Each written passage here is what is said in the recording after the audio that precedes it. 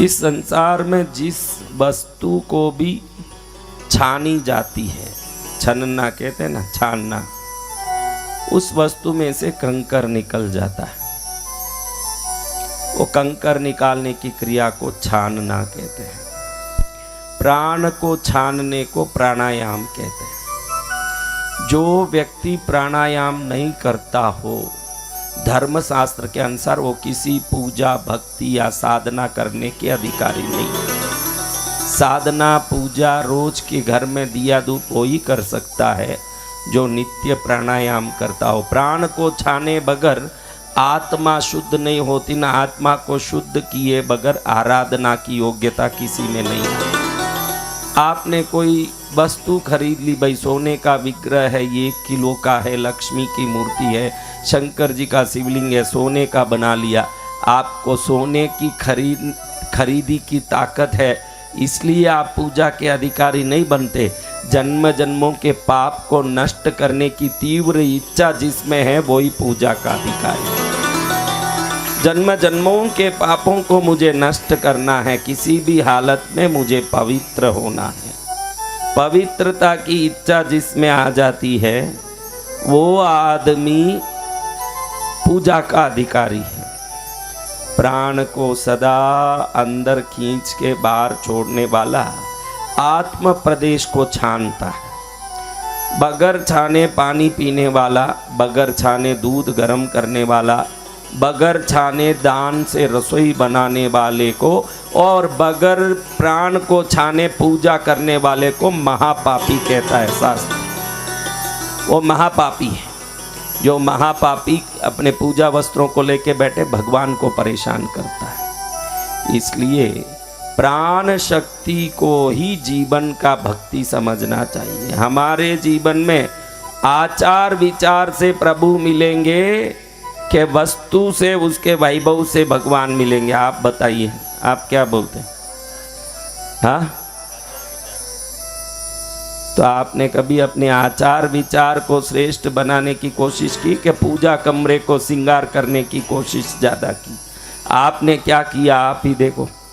आपने अपने पूजा का कमरा श्रेष्ठ बनाने का कोशिश किया कि अपने आचार विचार के श्रृंगार पर ज़्यादा ध्यान दिया? भाई आप ही बताओ मेरे महाराज, आप ही बताओ आपने किया क्या है? हाँ, किया क्या? ये बाहर की चीज़ों से, जो चीज़ भगवान ने बनाई हो उसके अतिरिक्त आपने बनाई ऐसी कोई चीज़ वो थाली में है तो बताओ। जो भगवान की नहीं बनाई हुई होगी और आपकी बनाई हुई कोई चीज़ हो तो, हाँ, ऐसी कोई चीज़ है जो आपकी बनाई हुई इस थाली में या वो डब्बे में जो आपकी चीज़ होगी? बोल बेटा। हाँ, फिर भगवान की बनाई चीज़ को तू क्या भगवान को चढ़ाता है? चढ़ाना है तो तेरी भक्ति ही चढ़ा सकता है। जो पहले से ही भगवान का है, तू लेके बैठ गया। देखो, मनुष्य पैसे का आदान प्रदान करता है। ये पैसे का आदान प्रदान मनुष्य का है, प्रकृति का नहीं है। आगे थोड़े जाओगे गंगोत्री की तरफ, 10-15 किलोमीटर आगे निकल जाओगे, हर जगह आपिल लटकते दिखेंगे। यहाँ ये पेड़ क्या 1 रुपया भी किसी से मांगता है? उसको पानी डालने वाला भी नहीं। प्राकृतिक उसका पूरा विकास है, प्राकृतिक रूप से फल देता है, प्राकृतिक रूप से कोई भी तोड़ के ले जाता है। पैसा कौन लेता है? पेड़ लेता है। धनिया पत्ती लेती है पैसा। आप धनिया लेके आते हो मार्केट से, कौन कौन सब्जी में, रसोई में धनिया उपयोग करते हैं? हाँ, तो धनिया पेड़ मांग रहा आपसे कि भाई पैसा दो, भाई पौधा मांग रहा है। धनिया का पौधा पैसा मांगता है, नींबू का पेड़ पैसा मांगता है। गाय दूध देने के लिए कहीं जंगल में घूम के आती है चर के, बेचारी शाम होते ही 7-10 लीटर दूध देती है। भाई आप लोगों को 1000 रुपया देना पड़ेगा तो ही दूध दूंगी, गाय कहती है। पैसे किसके लेने देने हैं? पैसे का लेना देना कौन करता है? तो पूजा में बैठने के पहले खोपड़ी से उतार के बैठो कि 21,000 की मूर्तियां हैं, 21,000 की पूजा है। ये सब संसार की बातें। यहाँ बैठ के तो मैं कितनी उत्कृष्ट भक्ति कर सकता हूँ ये सोचना है। बाकी बातें, खोपड़ी में अगर कोई बात आई तो ईश्वर धक्का मार के निकालेगा आपको बाहर। कोई प्रकार से पूजा सिद्ध नहीं होगी। पूजा सिद्ध करनी हो तो मेरे भगवान अनमोल हैं। ये भगवान अभी देखो मिट्टी ले आए वहाँ से, कहाँ की, खेत की मिट्टी, और उसका शिवलिंग बनाया, उसमें भी भगवान प्रकट हो गए। भगवान कहते हैं तेरे भाव से मैं प्रकट होता हूँ, तेरे पैसे से मैं प्रकट नहीं होता। इसमें कोई ऐसी चीज नहीं धरती में, धरती प्रभु की बनाई हुई ये चीज धरती में उत्पन्न होती है। उनका उनको अर्पित करते समय हमारे पास समर्पण भाव आना। कौन सा भाव? क्या एक चीज डालें तो भगवान खुश नहीं होते? इतनी बाटकी लेके बैठने, कटोरियां लेके बैठनी पड़ती है, इतनी चीज लेके बैठनी पड़ती है। हाँ, वस्तु जब विभिन्न चढ़ाई जाती है तो वातावरण में तरंगें बदलती है। हर वस्तु से एक तरंग है, वो तरंग हमारे मन पर असर करता है। किस पर असर करता है? आपके मन पर विभिन्न तरंगें असर करती है। डॉक्टर कहता है कई पागलों को अमावस में इनका ध्यान रखो। किस दिन ध्यान रखना? पागल भूत प्रेत लगे हुए लोग कब ज्यादा उत्पात करते हैं बताओ? क्यों? 14 अमावस को क्या है? ये जो ब्रह्मांड है, ये जो ग्रहों की स्थिति है, इसके सामने मनुष्य बहुत अल्प बुद्धि प्राणी है। उसके दिमाग की इस ब्रह्मांड के सामने कोई भी इज्जत भी नहीं है। इस ब्रह्मांड की शक्ति के सामने उसका कोई औकात ही नहीं है। 24 घंटे वातावरण में आने वाले तरंगों से आप किसी न किसी प्रकार से प्रभावित होते हो। अभी अचानक हंसते हंसते बात करते हो, अचानक मूड में एकदम यूं दुख छा जाता है कि नहीं? कभी कभी आपको पुरानी बातें याद आने लगती है। अभी तो भोजन किया अच्छे से, पत्नी ने गरम रोटी दी, बढ़िया से भोजन किया, पत्नी ने मिठाई भी दी, खाया, मिठाई भी बहुत मीठा लगने लगा, बड़ा अच्छा लगा। लेकिन 5 मिनट में कभी जो नीचे गिर गए थे, घर में झगड़ा होने लगा, कुछ न कुछ पुरानी बात याद आती, मन एकदम यूं दुखी होने लगता है। ऐसे कई बार कैसे होता है? जैसे कुदाली लेके कोई जमीन को खोदता है तो मट्टी के अंदर रही हुई चीजें जैसे बाहर निकलने लगती है, वैसे बाहर दुनिया में जो लोग दुखी होके सोचते हैं ना, उन सोच के विचार जब आपके घर से होके बाहर निकलते हैं तो आपके घर में कुदाली बन के वो आपको मार के आपके अंदर के दुख को खोद के बाहर निकालते हैं। आपको मालूम ही नहीं कि ये दुख मेरा नहीं है, किसी दूसरे का है, जो तरंग बन के ब्रह्मांड में घूमते घूमते मेरे घर में घुस गया है। कुदाली जैसे मट्टी को खोद के अंदर का कचरा बाहर निकालता है, वैसे मेरे मन के विचारों को ये कुदाली मार के बाहर निकाल रहा है। कभी सुख आता है, कभी दुख आता है, कभी क्रोध आता है, कभी परेशानी आती है। आप सब सदा एक ही विचार में रहते हो कि विचारें दुख में, सुख में, क्रोध में, खुशी में, शांति में, आह्लाद में, प्रहलाद में, व्याकुलता में, आकुलता में बदलता रहता है कि एक ही विचार रहता है? हाँ? कैसे? आप समझ लो आपकी शक्ति बिल्कुल नगण्य है। आप बिल्कुल नगण्य शक्ति वाले हो इस ब्रह्मांड की शक्ति के सामने। इसी केदारनाथ, इसी गंगोत्री के पास जब बाढ़ आया ना, लाखों लोग पानी में बह गए। 1 मिनट में जो कहता था मैं करोड़पति हूँ, मैं ऐसे हूँ, मेरे पास BMW गाड़ी है, मैं कौन हूँ, मेरे 400 नौकर हैं, मैं वो हूँ, मैं नेता हूँ, मैं व्यापारी हूँ, मैं अधिकारी हूँ, जो जोर मारता था, एक क्षण में पानी में जहाँ बहा लाश तक नहीं मिला। क्या नहीं मिला? हाँ, कईयों के लाश ही नहीं मिले जब यहाँ बाढ़ आई। गुजरात में भुज में जब भूकंप आया, खाली धरती ने मुंह फाड़ा, लाखों लोग अंदर घुस गए, उनके पता तक नहीं चला। इस प्रकृति की शक्ति में हमको ताकत देने की ताकत भी है, हमसे ताकत लेने की ताकत भी है। हर क्षण ये चारों तरफ बहने वाले, क्यों हिमालय में योगी लोग आके साधना करते महाराज? आपको कभी पता नहीं। आप आज हिमालय आए हो, इधर क्यों आना? लंगोट क्या धरती में नहीं मिलते जो यहाँ आके ही पहनना पड़ता है। यहाँ जो भी लंगोट पहन के बैठे हैं वो भी धरती में कोई गली में सिला के ही यहाँ ला के पहने हैं। इस जंगल में लंगोट कहाँ से आया, न कपास कहाँ से आया। लेकिन यहाँ क्यों आना है? जितने लोग ज़्यादा है न, जितने धरती में रहोगे उतने लोगों का विचार आपके अंदर घुस के आपको सब प्रकार से परेशान करेगा। विचार का तरंग ऐसा है कि आपके दिमाग में घुस के आपको प्रभावित करता है।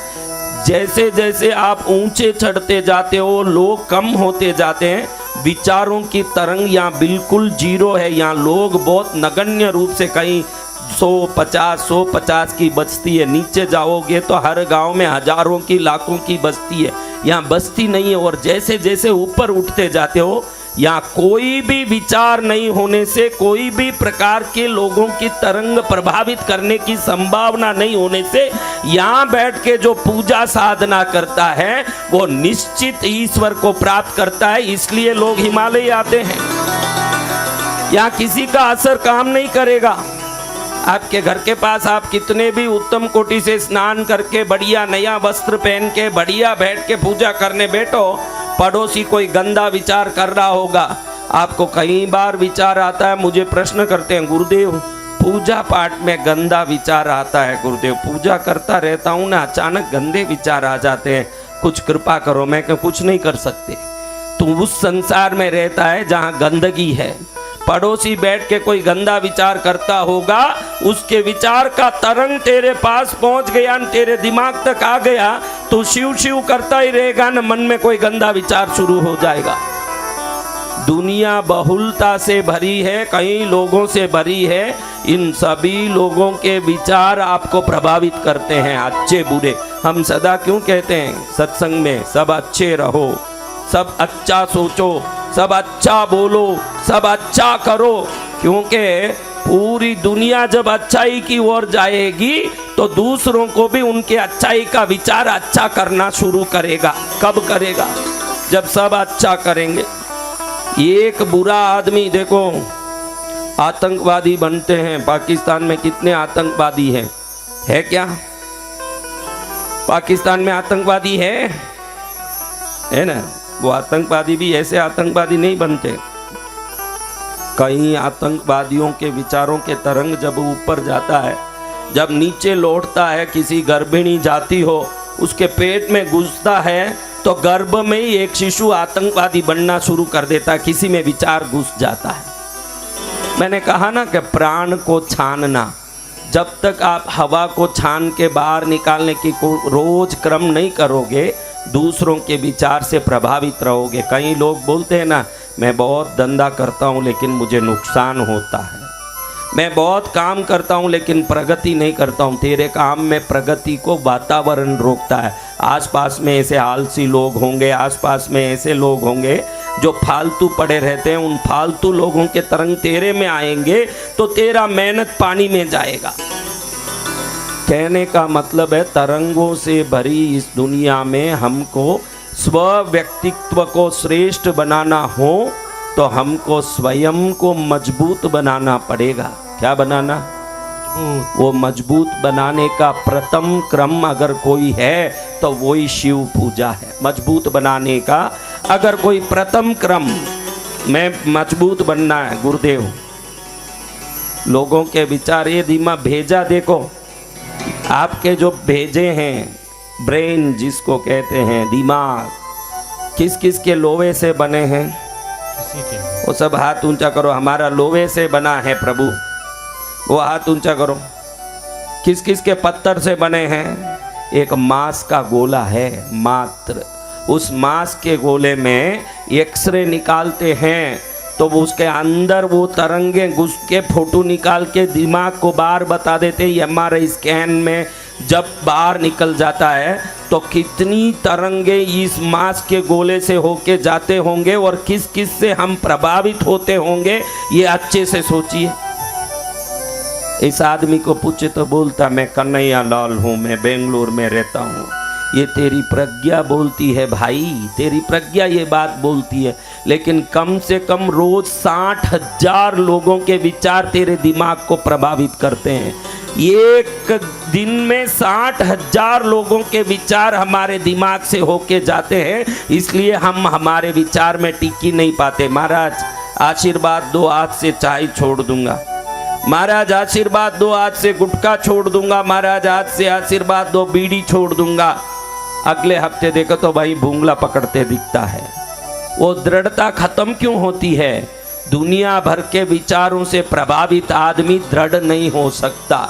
और जिस दिन आप दृढ़ हो गए कि मेरे सोच विचार व्यक्तित्व में विशेषता है और वो प्रभु की कृपा से संस्कारित है, अगर ये दृढ़ता आ गई, इस दुनिया में श्रेष्ठ बनने से आपको कोई नहीं रोक सकता। अगर आप दुर्बल है तो दुर्बल ही है, फिर दुनिया आपके ऊपर चटनी पीसेगी। और खाली यूं दृढ़ता कमाने में नहीं, संस्कार में, आचरण में आना दृढ़। कई लोगों के कमाने में तो दृढ़ता है, उनकी पत्नी दूसरे आदमियों के साथ घूम रही है, उनके बच्चे गंदे काम करते घूम रहे हैं, वो ये बेचारा कमाने के चक्कर में बाहर घूम रहा है। पैसे को साधन मत समझ लेना जीने का। जीने का साधन संस्कार है, वो आपके पास आ गया, बच्चों के पास अपने आप आएगा, आपके परिवार के पास अपने आप आएगा वो साधन। जिस दिन वो संस्कार आ जाएगा आपके पास, क्या चीज आएगा? तो महाराज मेरा कहने का तात्पर्य ये था कि इतने तरंगों से घिर के प्रभावित हम होते हैं ना, तो ये वस्तु में भी विभिन्न व्यक्ति तरंगे उत्पन्न करता है, लेकिन घर्षण भी तरंगे करते हैं। क्या करते हैं? देखो पानी जब जोर से बहती है, पानी से घिसती है तो करंट उत्पन्न होता है। क्या होता है? हाँ, पत्थर से घिसती है तो अग्नि उत्पन्न होता है। ये अभिषेक को आप अच्छे से समझ लें, इसलिए ये बातें कह रहा हूं। जब शिवलिंग पर दूध डालते हो तो अलग घर्षण होता है, दही डालते हो तो अलग घर्षण होता है, घी डालते हो तो अलग घर्षण होता है, शहद डालते हो तो अलग घर्षण होता है। ये इतनी चीज़ें पागल नहीं हम सनातन धर्मी जो लेके बैठे हैं। अलग अलग आदमी जैसे अलग अलग प्रभाव करता है, अलग अलग वस्तु घिसते हैं तो अलग अलग प्रभाव करता है। देखो हाथ रगड़ो, गर्मी उत्पन्न होता है। चमड़ा चमड़े से रगड़ता है तो गर्मी उत्पन्न होता है। चमड़ा लकड़ी से घिसता है तो आवाज उत्पन्न होता है। हर एक के रगड़ने में अलग अलग प्रभाव आते हैं। तो हमारे पूर्वजों ने देखा कि दूध में सोने का अंश है। सूर्य नाड़ी गाय के शरीर में ही है, उसके अंदर बारीक शिरा है जिसको स्वर्ण नाड़ी बोलते हैं। ये सिर्फ गाय के पास ही है। गाय को माता ऐसे ही नहीं बोलते, आपको दूध दे, कई लोग बोले गाय हमको दूध देती है, पालती है, इसलिए माता है हमारी। गाय एक ही ऐसी ताकत है, पृथ्वी के अंदर निकलने वाली सोने से लेके सभी धातु को अपने दूध में ही प्रकट करने की ताकत रखती है। गाय का दूध गर्म करो तो मलाई पीला होता है, भैंस का सफ़ेद होता है, क्योंकि गाय के दूध में 0.02% 2 मिलीग्राम सोना है। और सोना जब गर्म होता है तो पीला होता है। अब शास्त्र कहता है कि हमारे यहाँ तो भाई दक्षिण में, राजस्थान में जब कोई मौत मरगत में चले जाते हैं, वापस आते हैं घर तो पहले सोने का पानी छांटते हैं। हमारे यहाँ ये परंपरा है, क्योंकि सोना जहाँ पड़ता है, सोने का जल पड़ता है, वहाँ नकारात्मकता समाप्त हो जाती है। घर में घुसने के पहले सोने का पानी छांटते, फिर घर में घुसेंगे। तो दूध में सोना है। अब शिवलिंग पर इसको डालते हो तो शिवलिंग पर अभिषेक नहीं कर रहे हो, दूध और शिवलिंग का घर्षण होता है। उस समय जहाँ घर्षण होगा उस जगह पर इलेक्ट्रॉन बहु मात्रा में होगा। ये शिवलिंग पर दूध चढ़ाने को कई मुसलमान मजाक उड़ाते हैं। आमिर खान जैसा नालायक कहता है कि मस्जिद में, मजार में चढ़ा दो चादर, लेकिन शिवलिंग पर दूध नहीं चढ़ाना। उन मूर्खों को मालूम नहीं है कि अगर आप 1000 वर्षों से लगातार करोड़ों लोगों के विचारों से प्रभावित हो, उससे आपका दिमाग कंफ्यूज्ड स्टेट में है या दिमाग पूर्ण रूप से पागलपने को प्राप्त किया है। लेकिन शिवलिंग पर जब दूध डाला जाता है तो जो घर्षण होता है, उस समय जो इलेक्ट्रॉन उत्पन्न होता है, वो तरंग अगर दिमाग पर आ जाए तो 10 करोड़ लोगों के विचार से प्रभावित होकर के कंफ्यूज हुआ दिमाग एक क्षण में ठीक हो जाता है। ये दूध दूध अभिषेक से शिवलिंग की शक्ति है। दही अलग काम करता है। जब दही आप डालते हो तो उस समय उत्पन्न होने वाला तरंग दरिद्रता का तरंग उस वातावरण में है तो उसको समाप्त कर देता है। घी अगर डाल के आप करते हो शिवलिंग पर अभिषेक, ये सब घर्षण है। घर्षण यानी एक जड़ पदार्थ पर एक चैतन्यमय व्यक्ति दूसरे पदार्थ को डालता है तो पदार्थ के ऊपर जाने से होने वाले, घिसने से होने वाले तरंगों के परिवर्तन को वैज्ञानिक रूप से समझे हुए हमारे ऋषि मुनि विभिन्न अभिषेकों को हमारे लिए नियुक्त किए कि ये अभिषेक कर, ये अभिषेक कर, ये अभिषेक कर। केसर जल से जब आप अभिषेक करते हो तो उस वातावरण के अंदर कोई भी प्रकार की गंदगियां सूक्ष्म रूप से हो, केसर जल से अभिषेक करते ही वातावरण इतना शुद्ध होता है, नकामा बैठा हुआ आदमी भी काम करने लगेगा जीवन में, जो फालतू बैठा है वो भी काम करेगा। इन सभी चीजों में बहुत सारी तरंगे आपको समझ नहीं, आप ये पुण्य के लिए करते हो, लेकिन हमारा धर्म पुण्य को भी वैज्ञानिक रूप से समझ के करवाता है। अंधश्रद्धा नहीं है, ये अंधश्रद्धा नहीं है। ये कोई आप कहो कि अंधश्रद्धा है, सब इस पर पानी ढोल रहे हैं, घी ढोल रहे हैं। पानी से करंट निकल सकता है तो पानी की ताकत जो जानता है वही जानता है कि पानी में कितनी शक्ति है, दही दूध में कितनी शक्ति है। मैं रोज कहता हूँ, तुझे कोई भी डर हो, कोई भी घबराहट हो, भयंकर शत्रु तुझे मारने की धमकी देता हो, ये शिवलिंग पर तुम 5 सोमवार को नींबू के रस से अभिषेक करके देख, छठे सोमवार को तेरा शत्रु या डर रहे तो मैं मेरा नाम बदल लूंगा, इतनी ताकत है उसमें। वो वस्तु में ऐसा परिणाम लाती है, वो वस्तु में ऐसा परिणाम करती है। अलग अलग वस्तुओं के अलग अलग परिणाम है। पूजा ईश्वर को प्राप्त करने का वैज्ञानिक पद्धति है। पहले हम ये शिव पूजा करेंगे, अभिषेक करेंगे। वातावरण जब शुद्ध होगा बुद्धि भी शुद्ध होगी आपकी। अभी जो आप आए हो ना, कुछ न कुछ इसको करने से घर में फायदा हो जाएगा, लाभ हो जाएगा, हम थोड़े बड़े हो जाएंगे, धन दौलत बढ़ जाएगा, ये खोपड़ी की अशुद्धि है तुम्हारी। इस अशुद्धि की वो भी ये पूजा कांटा जैसे कांटे को निकालता है, वज्र जैसे हीरे को काटता है। यही पूजा एक दिन आपके दिमाग की अशुद्धि को भी काट के आपको परम शुद्ध बना देगी। आज भले किसी भी लोभ से पूजा करने आए हो, ये लोभ को भी ये पूजा ही निकालने वाली है। लोभ को पड़ोसी नहीं निकाल सकता, लोभ को दुनिया नहीं निकाल सकती। गुरु महाराज भी बहुत यूट्यूब में बोले कि योग्य बनो, योग्य बनो। सब ठीक है महाराज, मेरी उधारी कब चुकेगी ये बताओ। सब ठीक है महाराज, मेरे गाड़ी कब आएगी ये बताओ। भले 1000 बात करो, वो अपनी बात में ही टिका रहता है। उसकी अपनी बुद्धि को भी ठिकाने लाना हो तो ये पूजा वो काम करेगा। निस दिन पूजा करोगे, आपके घर का वो वातावरण पहले ठीक होते होते पूरा घर जब परिशुद्ध हो जाएगा। सच में करना क्या चाहिए न क्या नहीं करना चाहिए, ये आपके अंदर से जिस दिन विवेक प्रकट होगा, किसी को सिखाने की जरूरत नहीं पड़ेगी। उस दिन अपने आप सीखे हुए रहेंगे, उस दिन आप ही खुद सीखे हुए रहेंगे। मुझे क्या करना है महाराज, मैं अच्छी तरह समझ गया। आपने मुझे शिवलिंग दिया, आपने मुझे श्री यंत्र दिया, मुझे शिवलिंग और श्री यंत्र नहीं दिया, आपने मुझे सही जीवन की शिक्षा का उपकरण देके भेजा है मेरे हाथ में। ये अपने आप वो काम करेंगे। उस काम के लिए हम प्रणाम करके ये सभी वस्तुओं के बारे में समझे। इसमें अलग अलग वस्तुओं में अलग अलग, देखो मैं रोज एक बात कहता हूँ, ये माता पतली है।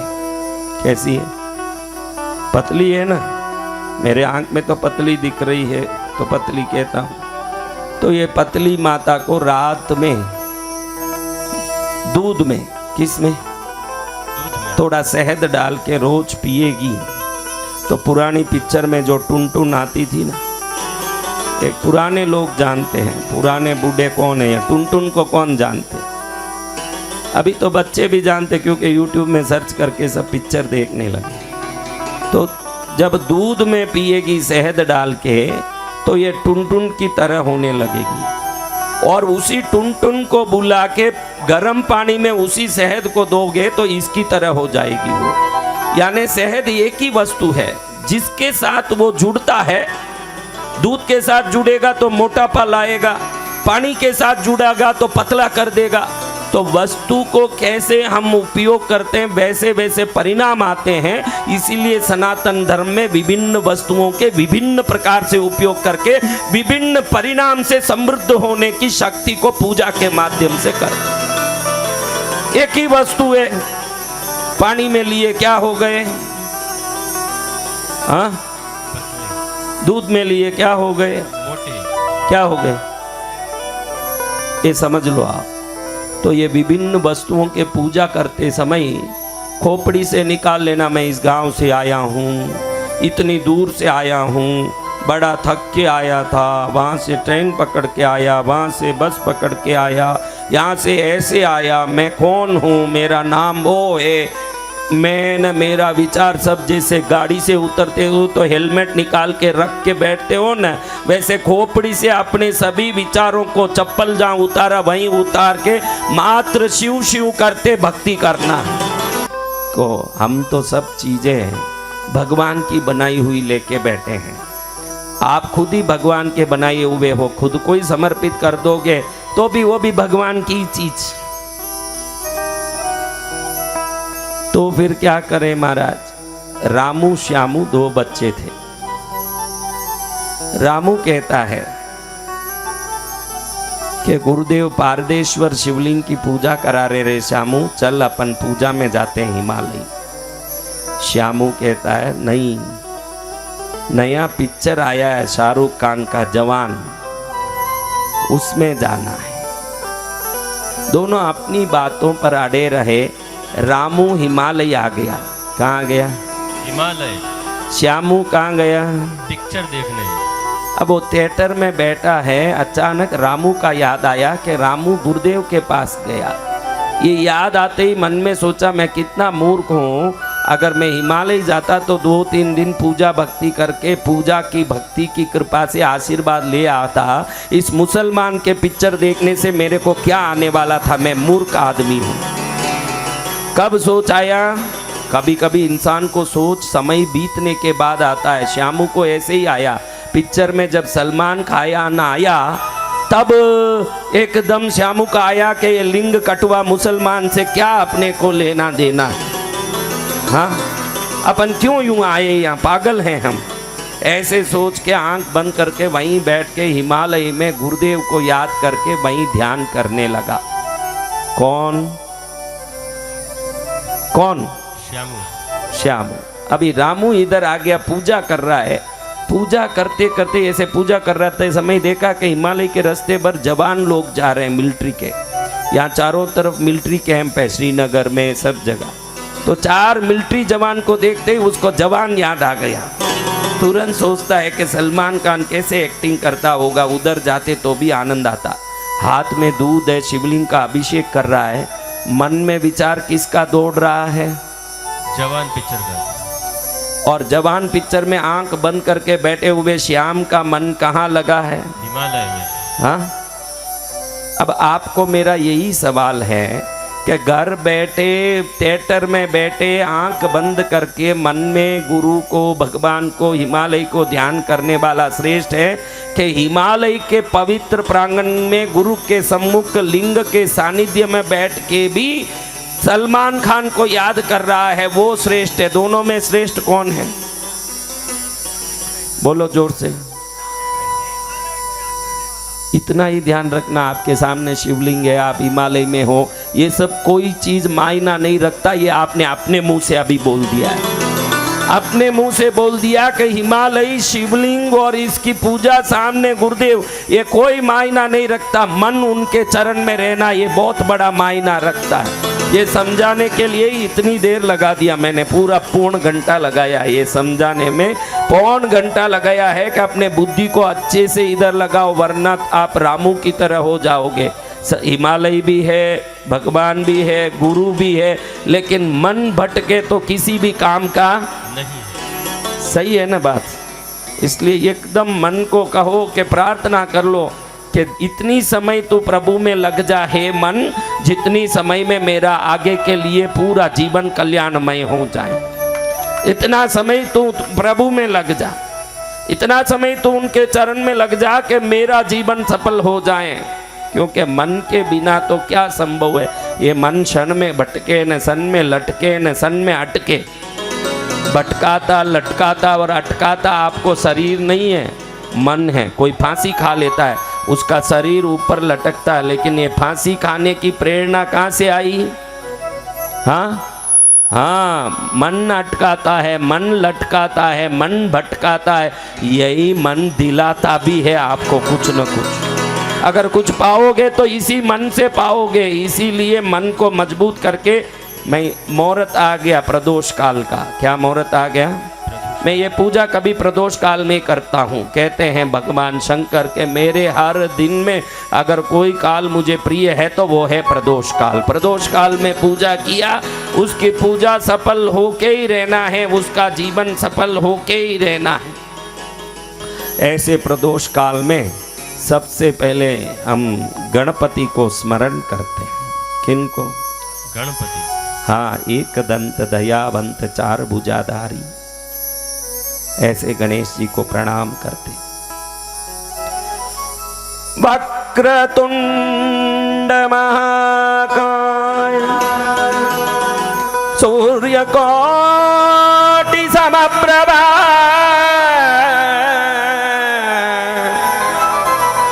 निर्विघ्नं कुरु मे देव सर्वकार्येषु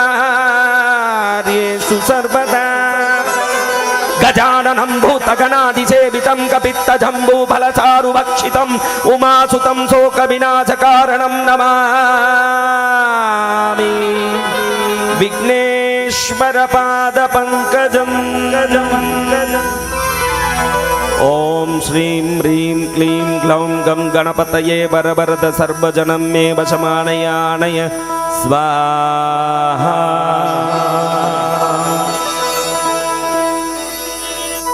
गुरु ना मिले तो हम ज्ञान कैसे पाएंगे? गुरु ना मिले तो, गुरु ना मिले तो हम ज्ञान कैसे पाएंगे? गुरु ना मिले तो ज्ञान के सिवा भव पार कैसे पाएंगे? ज्ञान के सिवा भव पार कैसे पाएंगे? गुरु ना मिले तो, गुरु ना मिले तो हम ज्ञान कैसे पाएंगे? गुरु ना मिले तो।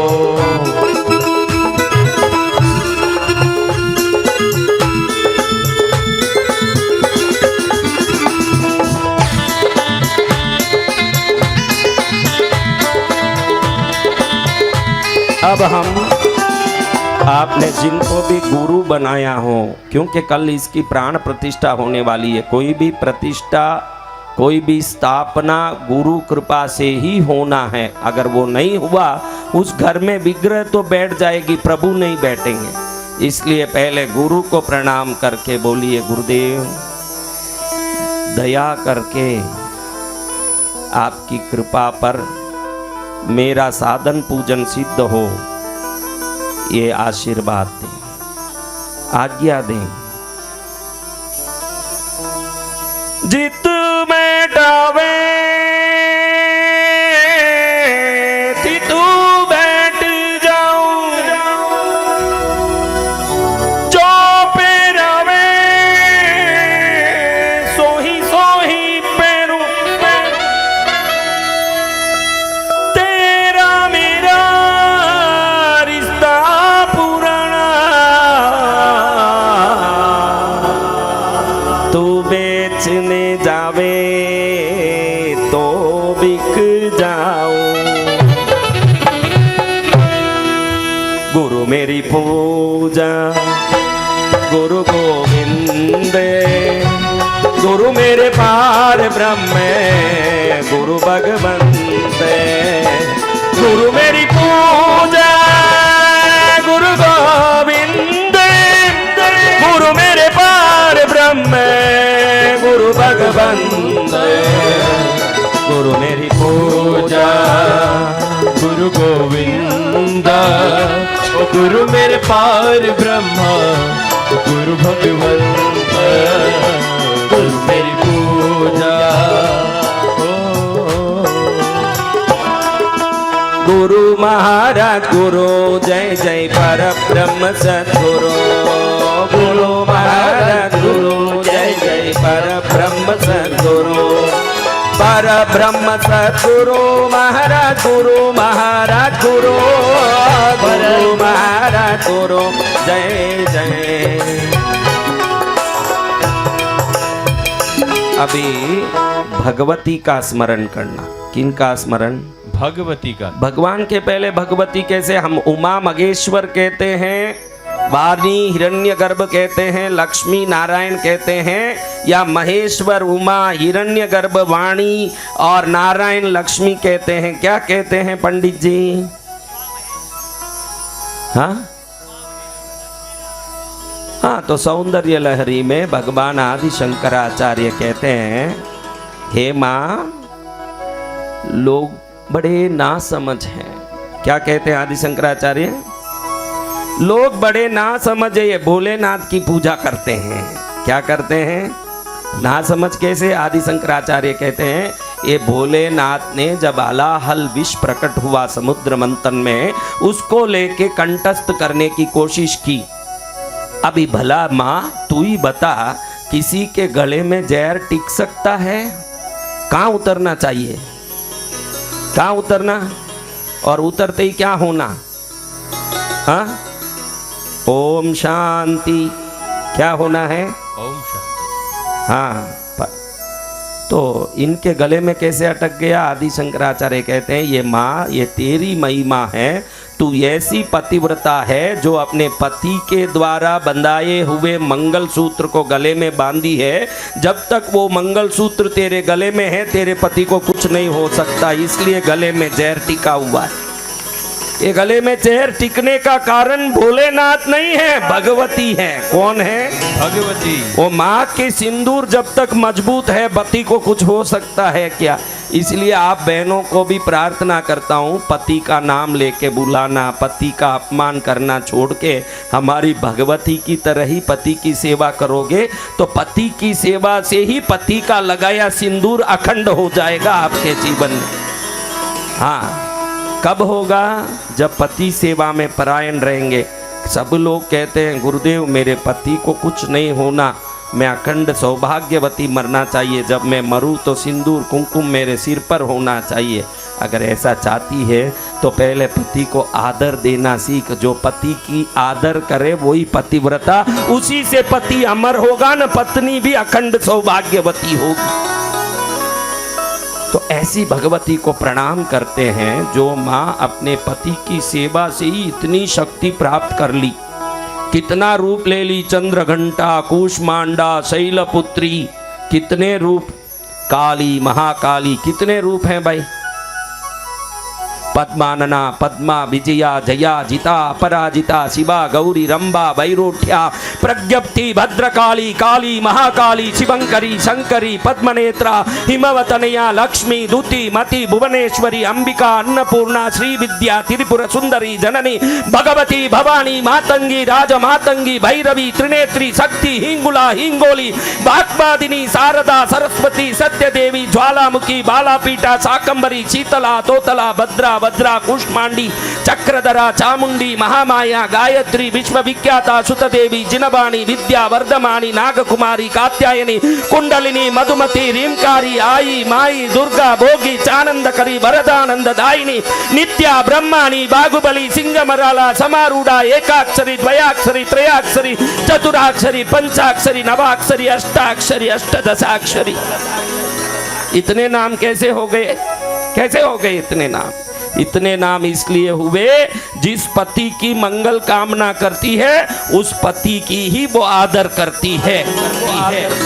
हाँ, इसलिए वो पतिव्रता है। इसलिए पहले शिव का स्मरण नहीं करते हम लाल कपड़े वाले, हम किन का स्मरण करते हैं पहले? भगवती का। हाँ, ये सब पंडित जी पहले शिव स्मरण करते हैं। इनको मालूम नहीं है कि जगदम्बा के रूट से ही शंकर जी का मार्क्स, शंकर जी का शिखर मिलता है। कैसे मिलता है? माँ से बाप है, पहले किसको प्रणाम करना? माँ। घर में भी आप हो न, पहले माँ को प्रणाम करना। पिता थोड़े गर्म होंगे कि मेरे बेटे होते ये उसने माँ को प्रणाम किया। बड़े होने से नहीं, उन बड़ों तक हमको पहुंचाने वाले होने से माँ का प्रणाम कर। ये तेरा पिता है बेटा, ये कौन बताती है? माँ। इसलिए उसको पहला प्रणाम है, उसको नमस्कार करके